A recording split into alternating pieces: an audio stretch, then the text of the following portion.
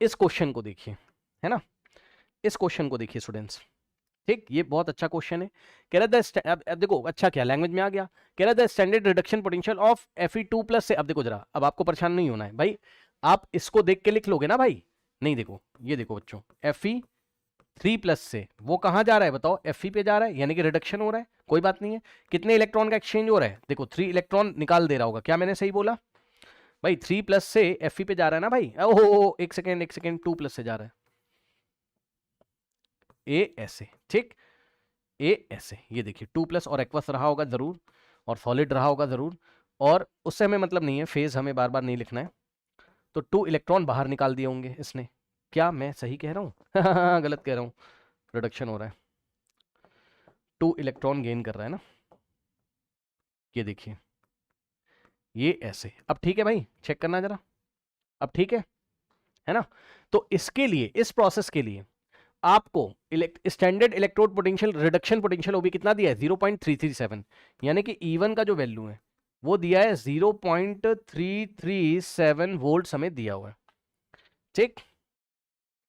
और जो सेकेंड है हमारे पास, देखिए 3+ से Fe2+ पे जा रहा है, तो रिडक्शन फिर से हो रहा है, ये देखिए Fe3+ एक्वस 1 इलेक्ट्रॉन गेन करेगा, और कहां जाएगा, Fe2+ पे जाएगा, है ना, एक्वस। और इसके लिए उसने हमें क्या दिया हुआ है, E2 इज इक्वल्स टू, ये देखिए इसका, ये देखिए डबल लाइन लगा दे रहा हूं, इसके लिए हमें रिडक्शन पोटेंशियल ये दिया हुआ है, यानी कि E2 हमें दिया हुआ है 0.153 वोल्ट हमें दिया हुआ है। लेकिन हमें पूछा किसका है, हमें पूछा है, देखिए Fe3+ से, जरा ध्यान देंगे स्टूडेंट्स, ये देखिए Fe3+ से Fe का पूछा हुआ है, ये देखिए हमें ये पूछा हुआ है, अरे जगह भी नहीं है, रुक जाओ भाई, Fe3+ से Fe का पूछा है, ठीक है, तो साफ साफ हमें दिखाई पड़ रहा है, मैं डायरेक्ट कर दे रहा हूं, आप संभाल लीजिएगा, मैं डायरेक्ट कर दे रहा हूं, आप लोग संभाल लीजिएगा। ये देखिए N1 की जो वैल्यू है स्टूडेंट्स, है ना, वो कितनी है हमारे पास,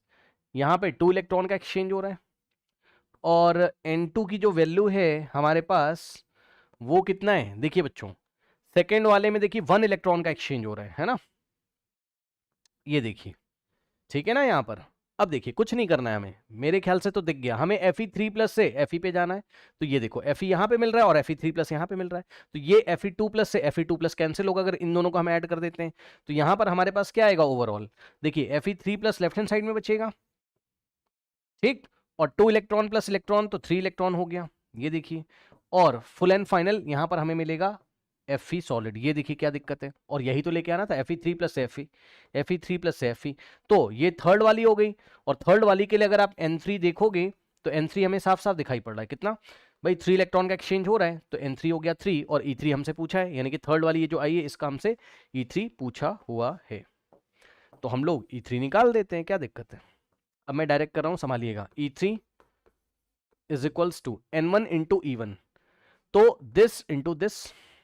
ठीक, मतलब 2 इंटू, इसको थोड़ा सा ना हम लोग ना शिफ्ट कर लेते हैं भाई, नहीं तो जगह नहीं होगी ना, ऐसे, ठीक। तो देखो N1 इंटू E1, तो 2 into 0.337,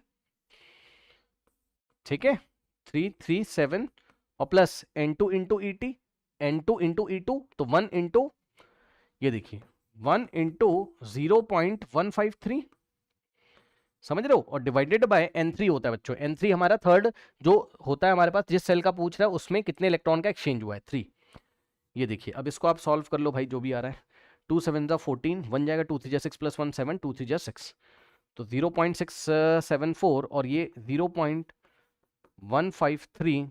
divided by 3 is equals to 7 plus 4, 4 plus 3 7, 5 plus 7 12, 1 जाएगा तो 8 हो जाएगा। कैलकुलेशन चेक कर लेना भाई, ये लगभग कितना आ जाएगा हमारे पास, 2 पॉइंट समथिंग आएगा, है ना, 0.827 डिवाइडेड बाय 3 अगर आप करेंगे तो हमारे पास 0.275 के आसपास आ रहा है, यानी कि it will be near about 0.275 के बाद भी कुछ आ रहा था, तो राउंड ऑफ करोगे तो ये ऐसा हमारे पास हो जाएगा।